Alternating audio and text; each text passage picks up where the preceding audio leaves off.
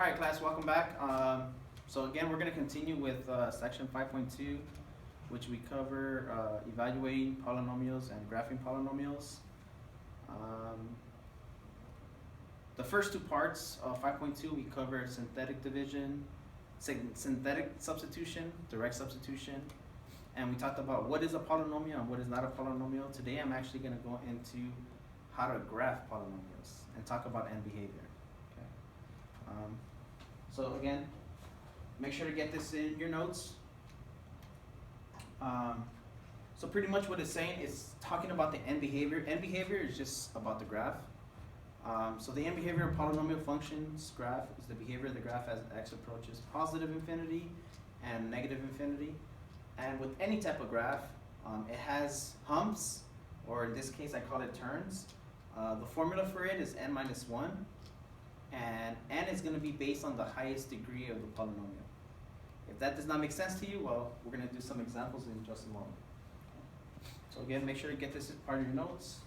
The next slide is very important. That's what we're going to use to answer some of your examples. Okay? It's going to be talking about end behavior, so make sure to copy it down, and then I'll explain it in just a moment. Alright, so just by the looks of this, it looks pretty scary, but let's see what it's saying. It's just talking about the end behavior of the polynomial functions. If the degree is odd, okay, what does that even mean? We'll see it in just a moment. Just focus on whether the degree is odd or positive. The graph is going to look like this. Every graph on the x-axis has a negative axis and it has a positive axis, so either you move to the left or to the right. So that's how you notice that there's always a negative side and a positive side, okay? But that's not necessarily true for the function. The function could either go down to negative infinity or up to positive infinity, okay? Or if the degree is even or the leading coefficient is positive, then the graph goes both up to positive infinity, okay? And vice versa, if we go to this side, now we're looking at the leading coefficient that's negative, but here the degree is odd and here the degree is even. Okay? So again, if you notice, we still have negative infinity here and we have positive infinity here. Okay? So again, I don't want you to know how to draw this or memorize it. Again, I will give it to you, okay, as a reference on the test, but you have to make sure definitely how to use it. Okay? So the two things you focus on are degree and leading coefficient.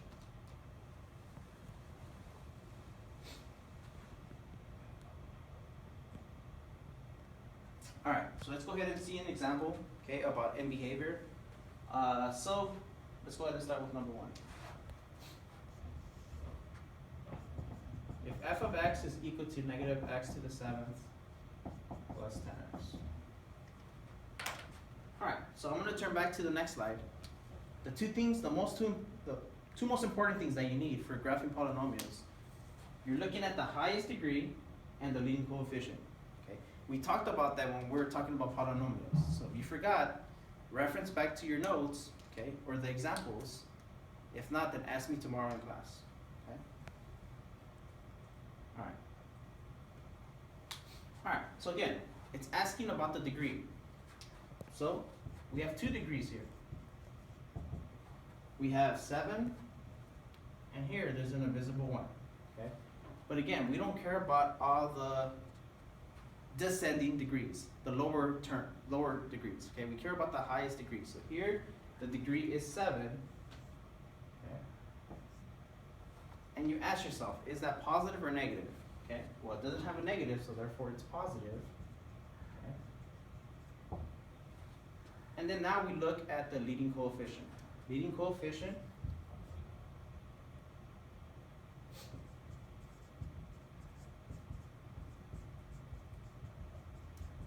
I'm going to abbreviate from now on, LC. Okay? Leading coefficient is whatever's in front of your highest degree term. Okay? One thing I forgot to mention, guys, it has to be in standard form. Okay? What does standard form mean? You remember we talked about it? Standard form means highest power first, and it has to go in descending order. So what comes before 7? 6, 5, 4, 3, 2, 1, so on and so forth. Okay? let's get back to this leading coefficient. So leading coefficient you're gonna find with your highest degree, which in this case is -1. And it's a negative, so that's where they get negative. Okay. So now, I'm gonna reference positive and negative. I actually gave you the answer. Let's go ahead and look back at the graph. Okay. So you just match it. So degree is positive, degree is odd, odd, even, even. Okay. So we want even, we don't want positive, so I made a mistake, which is totally fine. Okay. 7 is positive, but it's also odd. Okay. So we're looking at odd and negative. So odd and positive is here, odd and negative is here. So this is what you want to focus on. Okay. So what is the graph doing? What is the end behavior? How's the graph acting at the extremes? Okay. So first, the function is going to positive infinity, okay, as you're moving along in the negative direction. That's what that means. As x is going in the negative direction. Okay. Good. So you're just telling me that if I have an odd degree function and the leading coefficient is negative, it's always going to act in this way. It's always going to behave in this way. So that the function is going to be positive in the negative direction. So it's going to be shooting up to positive infinity. Now what happens when we're moving along the positive axis? What is happening to the function? Well, if you look up here, the graph is actually behaving in the negative direction. Okay. So again, the answers are given to you. Okay, it's just understanding what the graph is doing. It's either going like this, okay, it's going like this if it's negative, okay, see, the arrows are this way, or they're going up, or they're going down, okay. So this right here is my answer. So this is how you describe end behavior. You look at the graphs I provided, okay, and you're simply telling me what is the graph doing. Again, we're gonna do an example where we actually graph, and you can use this if you like, or I'm gonna show you a shortcut. Okay. All right. Let's go ahead and try the next example. I'll let you guys do number 2. Okay. I'll let you do number 3. Let's go ahead and do I'll do number 3. I'll let you do number 4. Okay. And again, don't get scared because these numbers are extremely large. That doesn't matter. Remember, the degree does not matter. We just want to know whether it's positive or negative. Okay. All right. So let's go ahead and do number 4. Number 3. Sorry. All right. Let me write this over.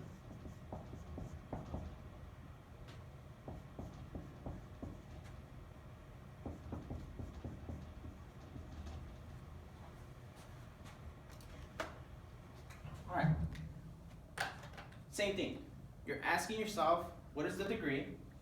Highest degree is 102, okay? I have 99 here, but 99 is less than 102. So the degree is 102, which is even, okay?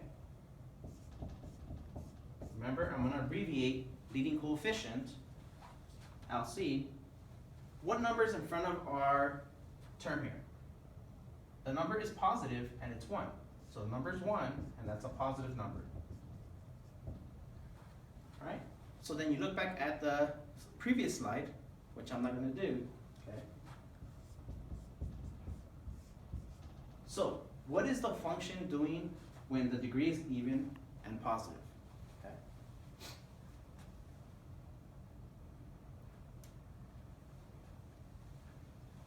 Alright, and if you look back at the previous slide, we know that the function is going to positive infinity as x approaches negative infinity. Okay.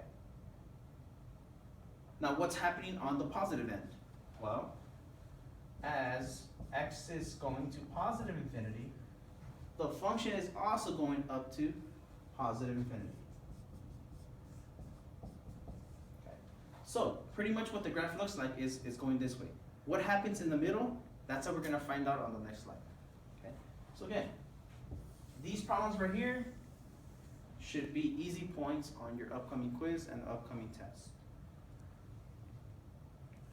All right, let's go ahead and move on.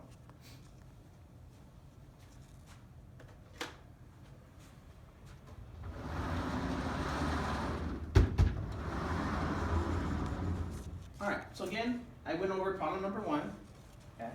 I went over problem number 3. Go ahead and try 2 and 4.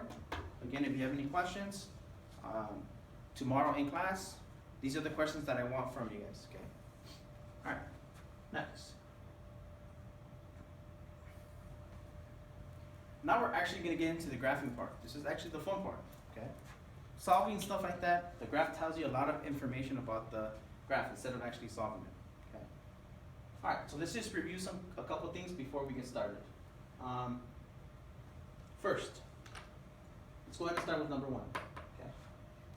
If the highest power is 3, okay, that means that the graph, when we do the graph, we're actually gonna see up to 3 solutions, okay? So the graph is gonna cross the x-intercept up to 3 times or less, okay? So it could actually cross it twice or once, okay, which we're gonna see in just a moment. Now, how do we find how many turns we have? So how many humps the graph has? Well, if you look back at your notes, the formula is n minus 1. And n comes from the highest degree, okay? So in this case, our highest degree is 3. 3 minus 1 is equal to 2 turns. Okay. So what this is saying is that when I graph this, I'm actually gonna see 2 turns on my graph, okay? They might be as subtle as a little line, or they might see as a big hump, okay? I call it a hump, they call it a turn. It's the same thing, guys, okay? It just means when you're turning direction, okay? All right, so let's go ahead and graph this.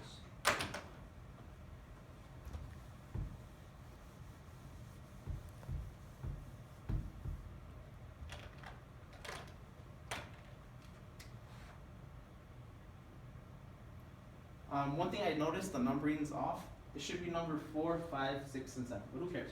We'll just say number 1. That doesn't matter.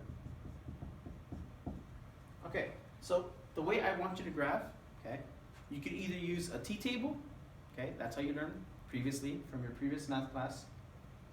You could kind of use the end behavior to know what's happening in the ends, whether the graph goes up or it goes down. And then now we know what's happening in the middle. Okay? We know that it's gonna turn direction twice. Okay? All right, so let's go ahead and begin. So I'm gonna do the old-fashioned way. Let's go ahead and plug in some points, so I get an idea of what's going on. And then after, I'm gonna tie it into end behavior. So the easiest points to always plug in are 0, 1, 2, -1, -2. But again, that's not always the case. Each problem is different. But for right now, go ahead and use these numbers. It will pretty much work. And again, since you're at home, okay, you could actually check on your phones, or you could check on decimals.com. Okay, you could graph it to get an idea. But again, on your test, you cannot use your cell phone. So again, you have to know how to do this by hand. Okay. All right. If I plug in 0, I get 0 cubed. Anything to the 0 power is still 0. Okay. Let's plug in 1.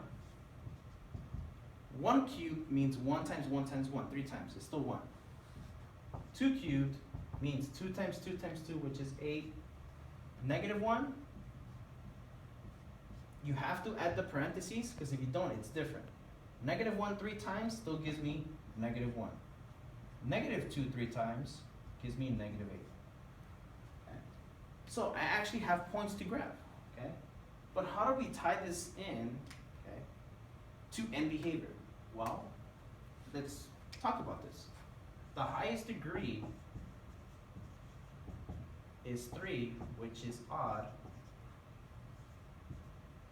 Leading coefficient is 1, which is positive. Okay? So I'm going to do a rough sketch right here of what the graph should look like. Okay? Our graph should look something like this.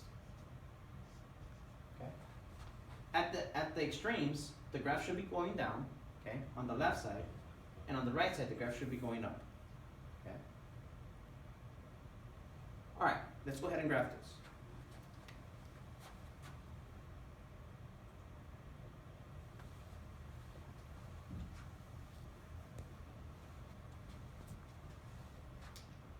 All right, so I'm going to plug in 0, 0, 1, 1, negative 1, negative 1, negative 2, negative 8, 2, and 8. Okay. All right, here we go. So 0, 0 is here. Positive 1, 1. So I go 1 in the positive direction, up 1. To the left 1, down 1. That's this point. To the left 2, down 8. 5, 6, 7, 8 is here. To the right 2, up 8. 5, 6, 7, 8 is here. And remember, we have two turns here, okay? The turn's actually gonna happen right here.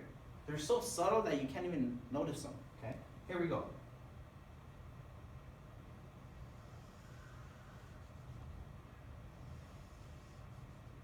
That's my graph, okay? So the graph here makes a turn, okay? It's going from negative infinity to positive infinity, okay? Well, it goes from negative infinity to 0, and then from 0, it goes up, shoots up to positive infinity. So here's one turn, here's two turns.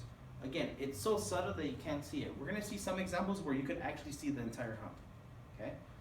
But again, does this match my end behavior? Look at, on the left side, the graph is going down. On the right side, the graph is going up, okay? So again, I try to tie in end behavior with the graphs. You don't have to do this step every time. I just want you to get an idea of if you're graphing this correctly or not, okay? But again, for my class, I want you to do T-table, plug in these points, okay? Master that first, and then you can start talking about end behavior, okay? All right, so I'll continue on. Make sure to do your homework. I'll show it on the next slide. Definitely there's gonna be a part 4, so just tune in. All right, see you guys.